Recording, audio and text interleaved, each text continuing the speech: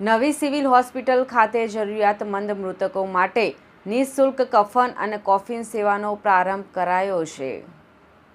કેન્દ્રીય જળશક્તિ મંત્રી સી.આર. પાટીલના જન્મદિવસ નિમિત્તે સેવાકીય પ્રવૃત્તિઓના ભાગ સ્વરૂપે સ્વ મંજુલાબેન રમેશચંદ્ર પટેલ ચેરિટેબલ ટ્રસ્ટ દ્વારા નવી સિવિલ હોસ્પિટલ ખાતે મૃતકોના અંતિમ વિધિ માટે જરૂરી કફન, કોફિન અને પ્લાસ્ટિક વિનામૂલ્યે પૂરા પાડવાના સેવા કાર્યનો તારીખ 16 મીના રોજ સોમવારના સવારે 11:30 કલાકે પોલીસ ચોકીની બાજુમાં પોસ્ટમોર્ટમ રૂમ ખાતે શુભારંભ કરવામાં આવશે। આ પ્રસંગે શહેર અધ્યક્ષ પરેશભાઈ પટેલ, દિનેશ રાજપુરોહિત, કૈલાસ હકીમ સહિતના અન્ય મહાનુભાવો અને સેવાભાવી કાર્યકરો વિશેષ ઉપસ્થિત રહી સેવાનો પ્રારંભ કરાવશે। દેશના કેન્દ્રીય જળશક્તિ મંત્રી આદરણીય સી.આર. પાટીલ સાહેબનો આજે જન્મદિવસ છે। તેમને ખૂબ ખૂબ શુભેચ્છાઓ પાઠવું છું। આજે સિવિલ હોસ્પિટલ ખાતે કદાચ ગુજરાતમાં પહેલીવાર કફન, કોફિન અને જે નીલગિરીનું તેલ એ દરેક જેનું મૃતક છે એને વિનામૂલ્યે આપવામાં આવશે।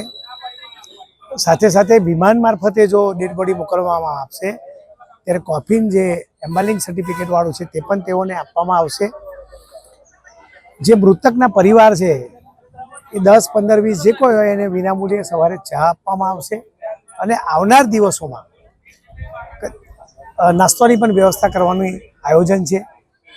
મંજુલાબેન રમેશચંદ્ર પટેલ શહેર ભાજપના પ્રમુખ પરેશભાઈ પટેલના માતૃશ્રીના ટ્રસ્ટ દ્વારા કફન, કોફિન અને પ્લાસ્ટિક એ તેઓ તરફથી છે અને માનવ સેવા ચેરિટેબલ ટ્રસ્ટ તરફથી ચાનું વિતરણ જે મૃતકના પરિવાર છે તેમને અને અન્ય લોકોને એકદમ રાહત દરે અમે આપવાનું આયોજન કરી રહ્યા છે।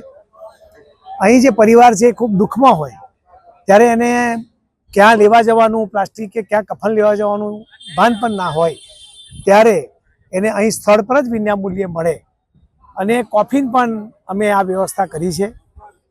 આજે હોસ્ટાના પ્રમુખ કૈલાસજી હકીમ, છોટુભાઈ પાટીલ, પૂર્વ નગરસેવક દિનેશભાઈ રાજપુરોહિત અને પરેશભાઈ પટેલના વરદ હસ્તે આ કેબિનને પણ ખુલ્લું મૂકવામાં આવ્યું અને આ જે સેવાકીય પ્રવૃત્તિઓ છે તે કફન પણ આજથી સેવા શરૂ કરવામાં આવી।